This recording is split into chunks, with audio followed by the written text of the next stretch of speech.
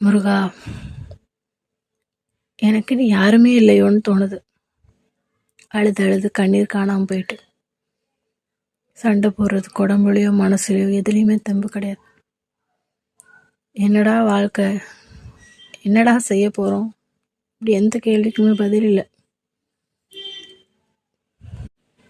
இது வேண்டாம் அப்படின்னு முடிவெடுத்து எங்கேயாவது போயிடலான்னு முடிவெடுத்தா கூட வாசலை தாண்டினோடனே மனசில் தோன்ற ஒரே கேள்வி, எங்கே போவேன், யார் இருக்கா, யார் எனக்காக என்ன செய்வாங்க, நான் எங்கே போய் நின்று வாழ முடியும் அப்படிங்கிற கேள்விக்கு பதில் தேட வேண்டியிருக்கு. உழைக்க தெம்பு இருக்கு, உழைக்கலாம், நம்ம காசை வச்சு நம்ம சந்தோஷமாக வாழலாம், ஈஸின்னு நினைக்கிறாங்க.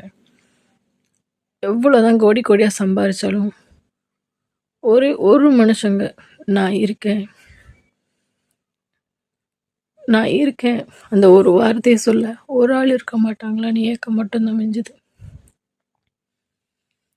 ஏன் இவ்வளோ பெரிய தண்டனை எனக்கு கொடுத்தீங்கப்பா? மனுஷங்களை நம்பினது தப்பு தான், ஏமாற்றத்தை தவிர வேற எதுவுமே பார்க்கல.